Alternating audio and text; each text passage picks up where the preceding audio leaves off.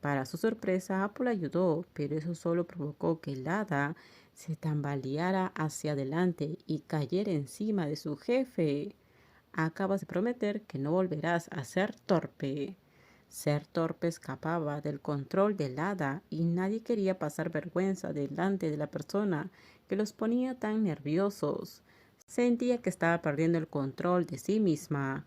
Antes de que su corazón estuviera completamente en manos de Apo, necesitaba recuperarlo. No podía permitirse hundirse aún más en esos sentimientos insoportables. ¿Cómo podía gustarle a alguien a quien no le gustaba y que además era un competidor de su familia? Como alguien que incluso sin las gafas que solía usar tenía un rostro inesperadamente cautivador, especialmente de cerca. Lada, sí, el sofá es pequeño, no hay espacio para que dos personas puedan dormir aquí. ¿Quién dijo que quería dormir en el sofá con la jefa?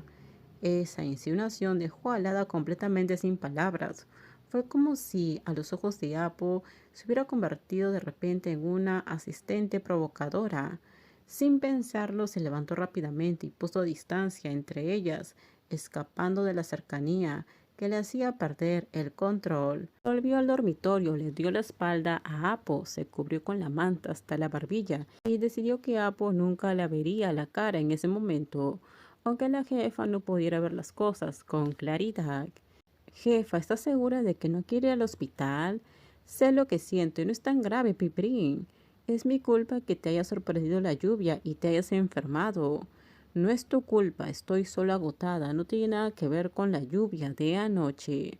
La siempre competente Apo, que por lo general nunca perdía el control, parecía diferente esa mañana. Desde la madrugada se había sentido extraña, a veces con calor, a veces con frío, y al despertar se dio cuenta de que tenía fiebre, sentía la cabeza pesada, se sentía débil y no podía pensar con claridad. Por primera vez, la jefa que siempre se despertaba puntualmente todos los días, ahora tenía que ser despertada por Lada, quien ya llevaba un rato despierta. Aún así, Apu no quería que Lada se sintiera más culpable de lo que ya se sentía. Si admitiera que la lluvia había contribuido a su fiebre, la joven asistente probablemente se disculparía innumerables veces, tal como lo había hecho un día anterior, hasta que la propia Apu tuvo que pedirle que parara. Iré al hotel esta tarde para ocuparme de algunas cosas. No, necesita descansar hoy, jefa. Pero tengo trabajo esperándome, Lada. No puedes hacer eso, tienes fiebre y necesitas descansar. Si insistes en trabajar, vas a empeorar y tendrás que parar varios días. Estoy de acuerdo con Lada, jefa. Tómate el día libre para descansar. Yo me encargaré de los asuntos urgentes y dejaré el resto para cuando te mejores. Pring apoyó la sugerencia de Hada, pero sabía que Apo era testaruda y rara vez escuchaba a los demás. Ni siquiera escuchaba a su padre, así que era difícil convencerla. Parecía imposible que alguien más cambiara su decisión. No importa lo que digas, no puedo dejar mi trabajo atrás. Si aceptas descansar, prometo cuidarte hasta que te recuperes por completo. Piprín, dile a todos que hoy estoy de baja médica. ¿Significa eso que Lada era la única persona capaz de hacer que la jefa cambie de opinión? Si no hubiera estado aquí para verlo, no creería que la jefa realmente escuchó a Lada. No es por mí, Piprín. La jefa está enferma y debe cuidarse. He trabajado con la jefa durante años, incluso cuando estaba enferma. Nunca descuida su trabajo, a menos que sea algo tan grave que requiera hospitalización. Nunca se toma una baja médica.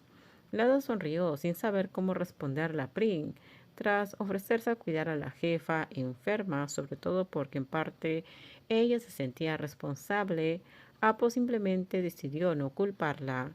La fiebre alta al amanecer, tras quedar atrapada por la lluvia, no parecía ser solo agotamiento, como afirmaba Apo. Eres muy capaz, Lada, siempre con ganas de aprender y resolver problemas. Pronto me sentiré tranquila sabiendo que alguien podría ayudar a la jefa cuando yo no esté en Guatín.